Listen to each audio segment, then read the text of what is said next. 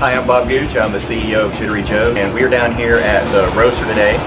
And we're going to walk you through the process of what it takes to get the beans into the warehouse, through the roasting process, canned and shipped out, and then we're going to taste a little espresso at the end. So we're going to meet Charlie, our roast master. We're going to talk to Michael, who's the president of Jittery Joes. We're going to take you back into the brain center of the website and show you how we get product out to you when you're ordering merchandise. And to just kind of go through the entire process. It's a lot of fun down here. It's magic. It's like stepping back into a different century.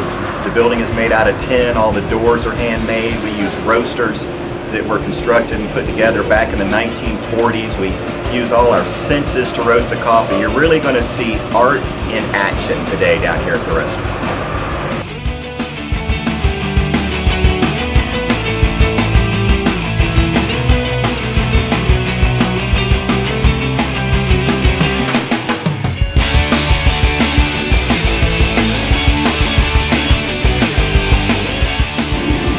So when the moisture in the bean gets to a certain temperature, then all the chemical reactions start occurring. So how many pounds do you put in? So I put in, on this one, 22.5 pounds. Okay. And how many pounds come out? And then we'll get out maybe 18.5, okay, around there, just depending on the bean. Some of them have more moisture, some of them are a little more dense. So they all, you have to really pay attention to them. So the bean gets bigger, but they weigh less when they come out of the roaster? Right. That's kind of strange. Yeah. Why is that? Well, it's losing, so let's just say we dumped in 25 pounds. It's going to lose around 20%. So if you think of a 5-pound bag of coffee, it lost that much moisture. 5 pounds of that's gone, and it goes up the roasting chute.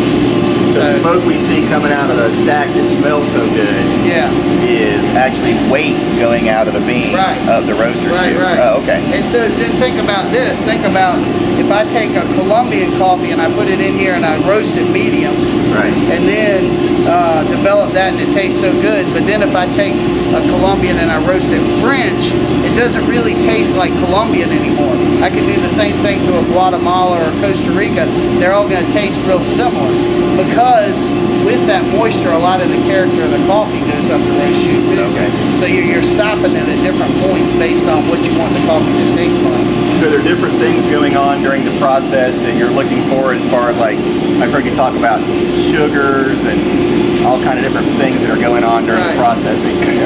Are you listening for anything in particular? Are you looking for anything in particular? Yeah. I saw you smelling it a little while ago. Is there something you're smelling? Right. Well, once you dump the coffee in for about 8 minutes, you don't do anything to it. Like I said, we're waiting for the bean mass to actually get to a certain temperature. But then there's stages in there where the beans will turn yellow, which is straw, and then they'll turn cinnamon, and they're the same density at that point. And then they'll actually start to crack.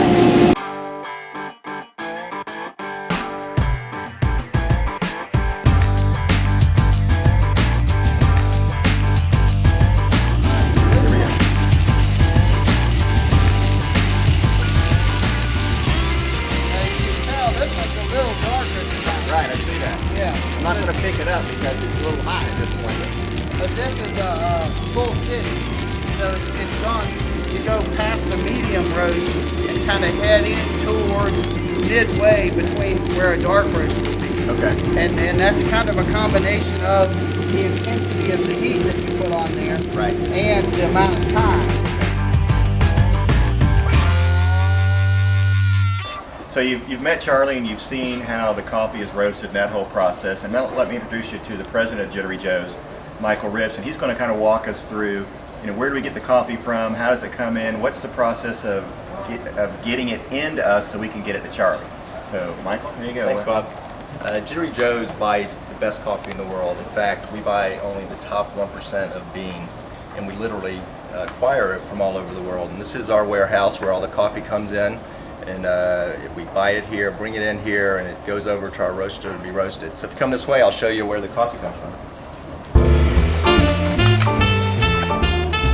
So as I mentioned, it comes from literally everywhere in the world. We have coffee from Brazil, Indonesia, our Sumatra bean. We have it from Guatemala, Mexico, and mainly countries that are near the equator, which are conducive to growing good coffee. And so we bring it in here, and all of this coffee is used by our roaster, Charlie, to help create 18 different coffees that we sell really all over the world. And each of the coffees, depending on the region, have their own flavor profile. So some are more conducive to being a single bean, resulting in a good coffee, and Charlie is very good, really an expert at mixing a lot of the beans to come up with unique blends. And that's really where I think we add a lot of value. We have the best beans, we have the best roaster, and if you combine that, I think you can get basically the best cup of coffee in the world right here in Athens, Georgia.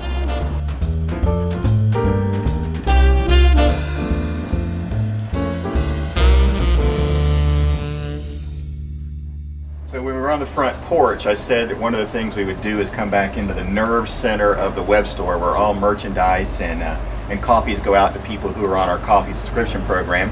And I want to introduce you to Kevin, who is kind of the wizard behind the nerve center. And this is his wizard room. First of all, welcome to the web store. This is where, when you go to jitteryjoes.com or thebeanteam.com, you can get right to the web store, check out all the products and the coffee that we offer here. Once the order prints off, I can go to the shelf, grab the coffee, throw it in the box. Don't forget the Pro Cycling team card. Throw it in there. Get your invoice.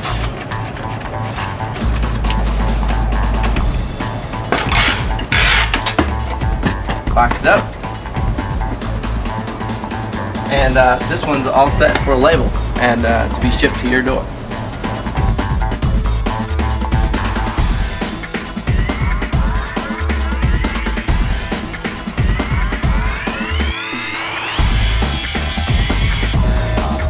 Perfect. Excellent job. Thank you. Thank you. That is a good espresso.